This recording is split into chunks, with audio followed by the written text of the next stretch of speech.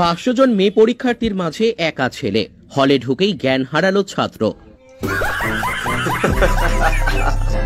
রাখো ছেলেকে আরো মেয়েদের থেকে দূর। চলো দেখি কমেন্টের দিকে প্রস্থান করা যায়। একজন লিখেছে, না ওর ঘাবড়ানোর কারণ এটা না যে এতগুলো মাইয়া, ঘাবড়ানোর কারণ এটা যে ও জানে যে মেয়েরা অত সহজে দেখায় না, আসলে দেখাই না, তাই ডুববে কেমনে, তাই আর কি।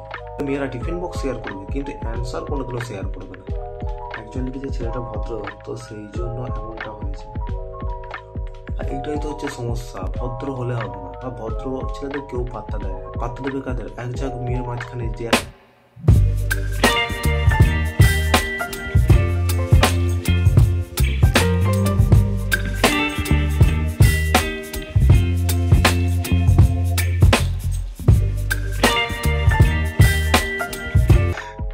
হ্যাঁ ভাই, এইরকমটাই হয়। তুমি ক্লাসে টিফিন খোলো, দেখবে ঝাঁক ঝাঁক বন্ধু এসে তোমার টিফিনে হামলা মেরেছে। আর এইরকম যখন কোনো বাস আসবে, তোমার কোনো বন্ধু একটু কাটি মেরেও ইঙ্গিত দেবে না যে তোমার সামনে বিপদ আসছে।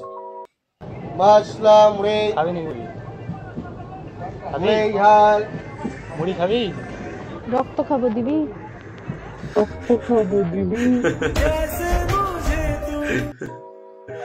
না ভাই সত্যি, এরপর আর কিছু বলা যায় না।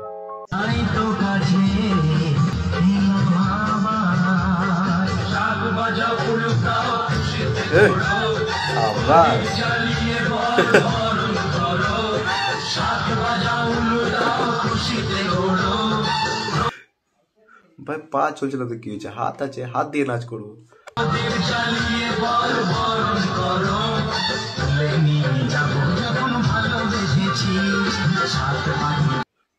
আজ আর বাড়ি যাওয়ার কথা ভেবো না, তোমার কপালে নাহলে দুঃখ আছে।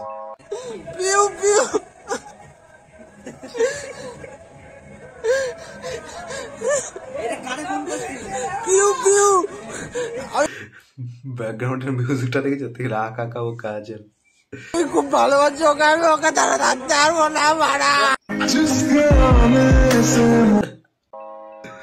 ভাই পিউ, তুমি এরকম কেন করলে ছেলেটার সাথে? মন নিয়ে খেলছো তুমি। বন্ধু মারা গেল পিউ নামক মেয়েটা।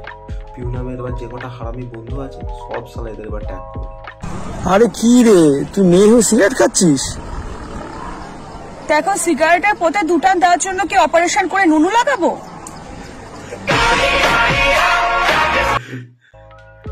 না, এই কোশ্চেন করা যাবে না, একদম এই কোশ্চেন একদম করা যাবে না। তুমি খাও, আর কিছু বল নাই, তুমি খাও।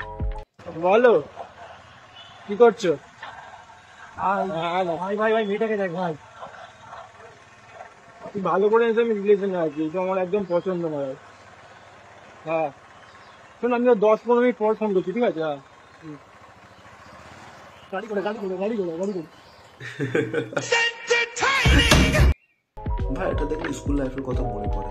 বাইক ছিল না, দিদি দিয়ে সবুজ সাথে সাইকেলটা ছিল। আমরা স্কুলের বাইরে দাঁড়িয়ে থাকতাম, গাছ স্কুল ছুটি হলে চললাম ক্লাসের পিছু পিছু। ওই পেছু পেছুই যা হতো, পাত্তা আর পেতাম না। তো আজকের মতো এইটুকুই, দেখা হচ্ছে পরের ভিডিওয়।